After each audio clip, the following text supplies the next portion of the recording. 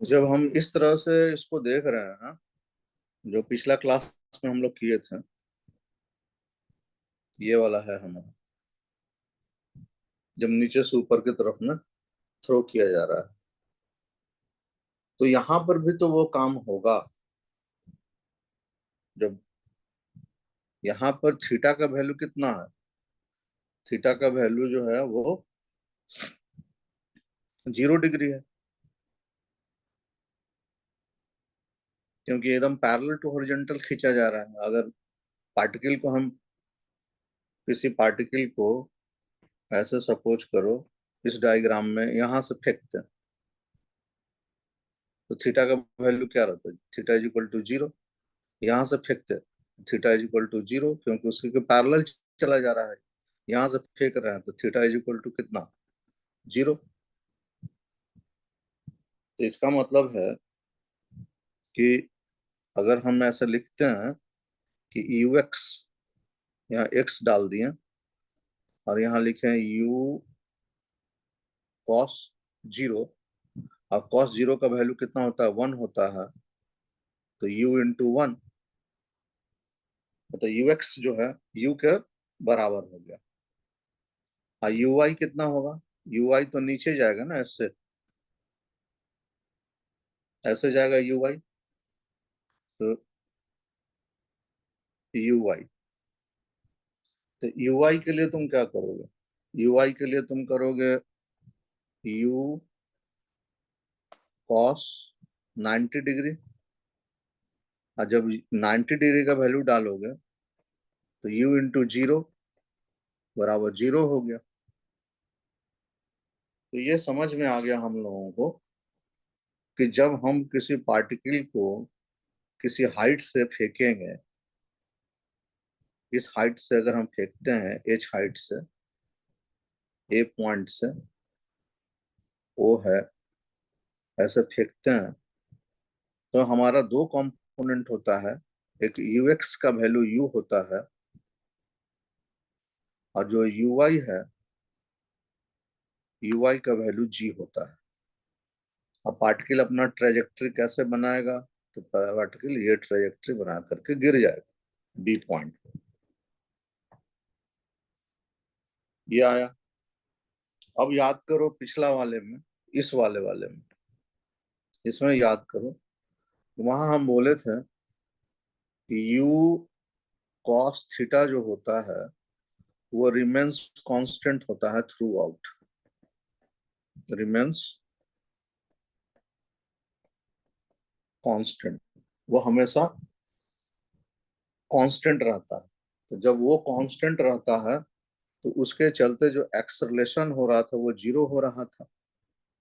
पिछले वाले में, इस वाले में, इस वाले में जब हम नीचे से ऊपर की तरफ में थ्रो कर रहे हैं, तब की बात हम कर रहे हैं। वहां अगर कांस्टेंट रहता था, तो यहाँ पर भी ये क्या, ये थोड़ी वेरिएबल है, ये भी हर एक पॉइंट पर ऐसा ही है, यू है, हर एक पॉइंट पर यू है। यहाँ जब गिरेगा उस समय में भी ये क्या रहेगा? यू ही रहेगा। हर एक पॉइंट पर ये क्या रहता है? ये यू रहता है। तो जब हम ये समझ गए, तो ए का अगर हम दो कंपोनेंट निकालेंगे, एक निकालेंगे ए एक्स और एक निकालेंगे ए वाई, तो ए एक्स अब यहाँ पर क्या होगा? 0 होगा। इसलिए कि ये u जो है हर एक जगह पर क्या रह रहा है? कांस्टेंट रह रहा है। और ए वाई क्या होगा? ये ए वाई प्लस जी होगा, क्योंकि वो तो अंडर इफेक्ट ऑफ ग्रेविटी गिर रहा है। तो इस तरह से जब हम किसी प्रोजेक्टाइल को ऊपर से फेंकते हैं, तो ऊपर से फेंकने के समय में हम लोगों को ये हम लोग का इंफॉर्मेशन मिल रहा है। जब ये इंफॉर्मेशन मिल गया, तो अब हमको अपना केवल एक्सप्रेशन अब डिराइव करना है। इसमें ज्यादा एक्सप्रेशन नहीं डिराइव करना रहता है। इसमें तुमको थोड़ा छोटा कर दें हम, एक्सप्रेशन यही निकाल देंगे साइड में, यहाँ पे।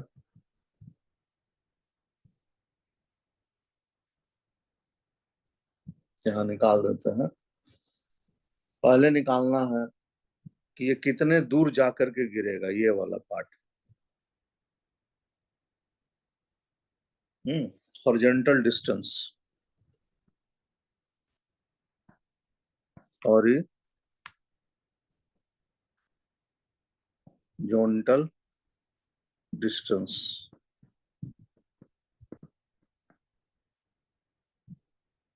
हॉरिजॉन्टल डिस्टेंस में अर्थ पे होगा ये, तो x is equal to u x into t plus half x into t square. U x का वैल्यू u के बराबर है u into t plus half a x जो है वो 0 है इंटू टी स्क्वायर। तो हमारे पास में x is equal to u t formula आ गया। x is equal to u t formula आ गया। ये हो गया हॉरिजॉन्टल डिस्टेंस। अब वर्टिकल डिस्टेंस निकाले। वर्टिकल डिस्टेंस, वर्टिकल डिस्टेंस मतलब y या h is equal to u y into t plus half a y into t square a y into t square.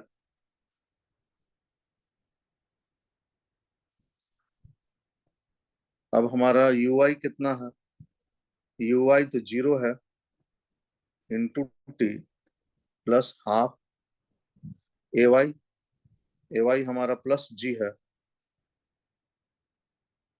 Ji into t square. Two h is equal to half g t square. ये आ गया formula. जब किसी particle को किसी ऊंचाई से फेंका जाएगा तब। उसके बाद ये एग्जामिनेशन में ये एक्सप्रेशन निकालने के लिए नहीं आएगा, इससे रिलेटेड न्यूमेरिकल आ सकता है, एक्सप्रेशन निकालने के लिए नहीं आएगा। उसके बाद आता है इक्वेशन ऑफ ट्रेजेक्टरी नेक्स्ट में।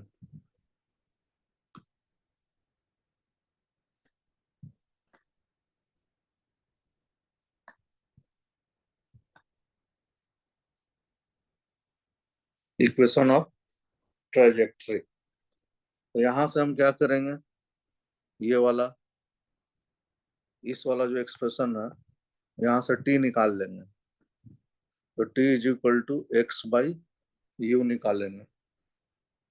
ठीक है। और यहाँ वाले इस वाले इक्वेशन में, इस वाले में तो उसी में ले जाकर t का वैल्यू डालेंगे। Since h is equal to half g t square, यहीं डाल दोगे हाफ जी, और टी स्क्वायर की जगह पे एक्स बाई यू डाल दोगे जो तुम यहां से निकाल रहे हो, यहां से। और इस तरह से ये हो गया तुम्हारा हाफ जी एक्स स्क्वायर और यू स्क्वायर। थोड़ा सा आगे बढ़ो, इसको ये कर दो कि हाफ जी यू स्क्वायर को एक ब्रैकेट में कर दो, एक्स स्क्वायर को अलग कर दो। ये सारा का सारा कांस्टेंट है, कोई नाम दे दो के x square h is equal to. यहाँ तुम देख रहे हो कि ये क्वाड्रेटिक आ गया, एक्स स्क्वायर के फॉर्म में क्वाड्रेटिक आ गया। इसका मतलब है कि ये भी क्या है, अपने आप में पैराबोला है। अपने आप में क्या है, ये पैराबोला है। उसके बाद एक आता है इसमें निकालने के लिए जिसको बोला जाता है कि वेलोसिटी एट एनी इंस्टेंट। तो अभी तक हम क्या क्या निकाले, पहले निकाले ये हॉरिजॉन्टल, फिर निकाले वर्टिकल, वर्टिकल के बाद निकाले इक्वेशन ऑफ ट्रेजेक्टरी। अब निकालेंगे वेलोसिटी एट एनी टाइम।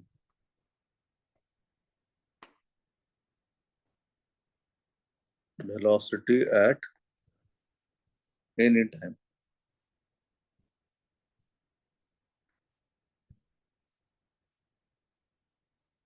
किसी भी क्षण का वेलोसिटी हम निकालेंगे। मान लिया जाए कि पार्टिकल यहाँ पे है, इस डायग्राम में देख लो लोग, यहाँ है, इस डायग्राम में यहाँ दो, यहाँ मान लो पार्टिकल है और उस समय का तुमसे वेलोसिटी पूछ रहा है। तो उस समय में दो वेलोसिटी, एक वेलोसिटी तो ऐसे रहेगा ही रहेगा और दूसरा वेलोसिटी ऐसे रहेगा, दो वेलोसिटी होगा। मान लो उस साइड वाला वेलोसिटी को हम यूएक्स लिख दे रहे हैं और जो नीचे की तरफ में जा रहा है, जो नीचे की तरफ में जा रहा है उसको मान लो हम कोई दूसरा नाम दे देते, मान लो वी वाई दे देते या यूवाई दे देते। यूवाई तो वहां था ना, यहाँ वी वाई दे देते, दो वी वाई। तो वेलोसिटी एक वेक्टर क्वांटिटी है, तो वेक्टर क्वांटिटी का हमेशा रिजल्टेंट निकाला जाता है लॉ ऑफ पैरेललोग्राम से। तो इसका रिजल्टेंट ऐसे आएगा, ये इसका रिजल्टेंट होगा। मान लो वो रिजल्टेंट हमारा भी आ रहा है, ये रिजल्टेंट हम भी ले लिए, हमारा भी होगा भी is equal to root over u x का whole square plus v y का whole square plus law of parallelogram लगाएंगे हम इसको निकालते समय में, two u x v y cos 90 degree. Cos 90 degree का वैल्यू के कारण वो जीरो बन गया सब, तो बना u x square plus v y square, ये आया। तो अब ये तो आ गया कि ये हमारा आया, रिजल्ट आया ये वाला। अब मन में आएगा कि तो सर वी वाई कैसे निकालेंगे, तो फॉर वी वाई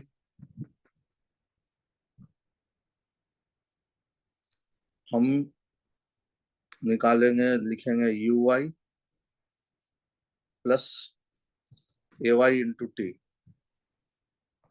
ये वाला फॉर्मूला जो 8th 9th 6th 7th में पढ़ते थे, v is equal to u plus a t वाला, ये वाला फॉर्मूला से हम कर दिए। तो हमारा यू आई कितना है, यू आई तो जीरो है, ए वाई कितना है, जी है, और ये टी है, ये हमारा वी वाई हुआ। तो पता चल गया तुमको कि वी वाई क्या होगा, वो जी टी होगा। वी वाई क्या होगा, जी टी होगा, वहां ले जाकर डाल देना। तो इस तरह से तुम्हारा ये कंप्लीट टॉपिक हो गया, जिस टॉपिक में हम लोगों ने देखा कि पार्टिकल को जब ऊपर से फेंका जाता है तो वैसे स्थिति में पार्टिकल का हॉरिजॉन्टल डिस्टेंस, ये वर्टिकल डिस्टेंस, ये सब सारा चीज जो है वो कैसे निकाला जाता है। नोट कर लो लोग, नोट कर लोगे तो फिर आगे हम आगे कुछ करेंगे, आगे आगे लिख लो इतना फिर।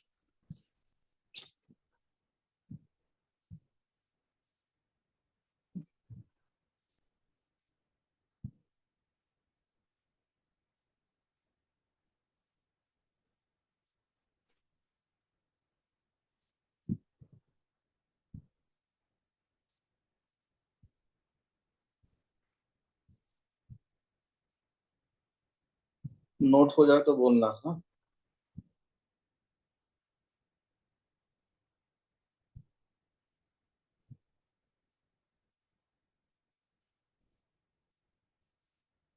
हाँ